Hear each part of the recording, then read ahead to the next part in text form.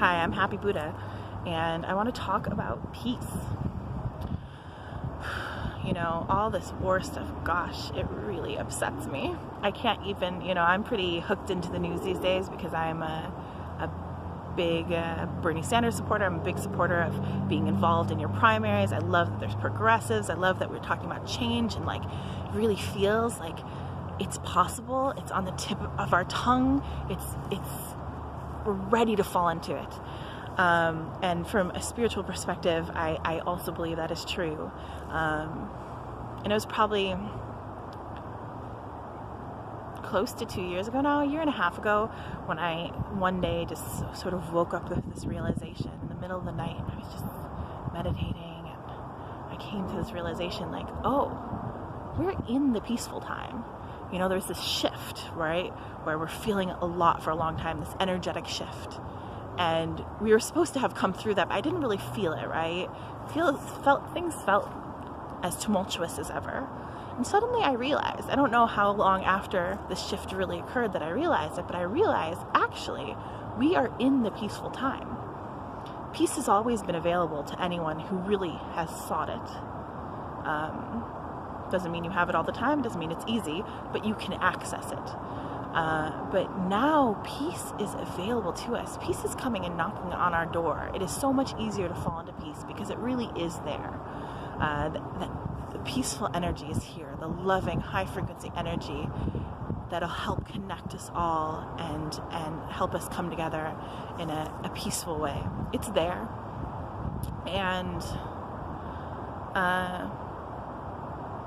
And all we have to do is access it. And when it comes to war, I remember when I was a kid and I was absolutely convinced that there was not war anymore. I mean, war was a thing of the past. War was for people who did not know better. We obviously know better. We wouldn't hurt other people, right? And then I found out there was war, that we were currently engaged in wars. Maybe I was 3 or 4. Oh, my little girl is 3. Gosh, that's scary. But,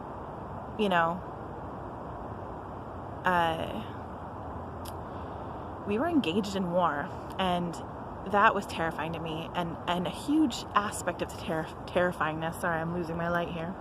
The huge aspect of the terrifyingness is that we didn't see any war here, right? War was certainly not on our ground. And that, even as a young child, told me something. Maybe not something I could put into words at that time, but it helped me understand that we were the ones doing the damage. The damage was not being done to us, it was being done from us. And that is still the case. And even with all that, it wasn't until this year that I actually could see that peace is actually possible. We can end wars. It is possible. It is within our reach. Especially as Americans, because we are really the ones causing the war. We are the ones causing the unrest. We are the ones going and poking people at this point. I'm not saying there are no other actors or players. There certainly are. But if we set an example of peace to the rest of the world, my God, there would be a lot of peace. And that peace would grow. Peace is exponential. This current conflict with Iran is terrifying, but it is disingenuous to say that, oh my God, Trump is doing the worst thing ever. No, president after president after president has done the worst thing ever, and I don't know that we can blame them, but we can certainly blame, the military-industrial complex who puts an option like killing Soleimani, I don't know if I'm saying it right, that puts the option of killing this guy on Trump's radar. One of the news reports I did see was they basically didn't expect him to take this option. It was the most extreme option, but they gave it to him. And, they're just playing with people's lives. And it's not just the life of this guy who was killed. It is the lives of the people who are relying on this guy, the lives of the people who now feel in fear because this guy was killed. Either fear because their country might go to war, might perpetuate acts of war. We don't want to be responsible for acts of war. I don't want to be responsible for acts of war. And when my country perpetuates acts of war, when my country kills people, I am killing people. I don't want to kill people. it's time to end this, but it's also time to stop pretending like it's the Republicans or it's the Democrats who are going to war. It is all of us who are going to war. Our politicians are willing and ready to kill people, and they are killing people. So it is upsetting, but I have faith. And like I said, we're in the more peaceful time. It doesn't always feel like it. The war is over, but we're still fighting the battles. We haven't heard or seen the white flag yet. We know we're still at war, but we're not at war. We can do this. We can have peace. And so I wish the conversation wasn't, when we're going to bring home troops from Afghanistan, how we would deal with Iran, which obviously get back into the deal. Okay, great. But how are we really going to perpetuate peace in the world? And this is my suggestion. This is the suggestion that came to my mind when I started to think about this. If we're really going to war to help people, what is a way we can help people without murdering them and their cousins and their brothers and their parents and their authoritarians? What can we do that is not murdery? And my number one thing is immigration. I think immigration for peace is huge. Immigration for climate change is also huge. If there is a country that is being persecuted by a dictator, it's not our job to go in there and overthrow the dictator. That's the citizen's job. But we can say we have a safe place for you. We can say we have shelter for you. And I'm not saying we can take the entire world's refugees in America, but we could work with the entire world to take care of these people.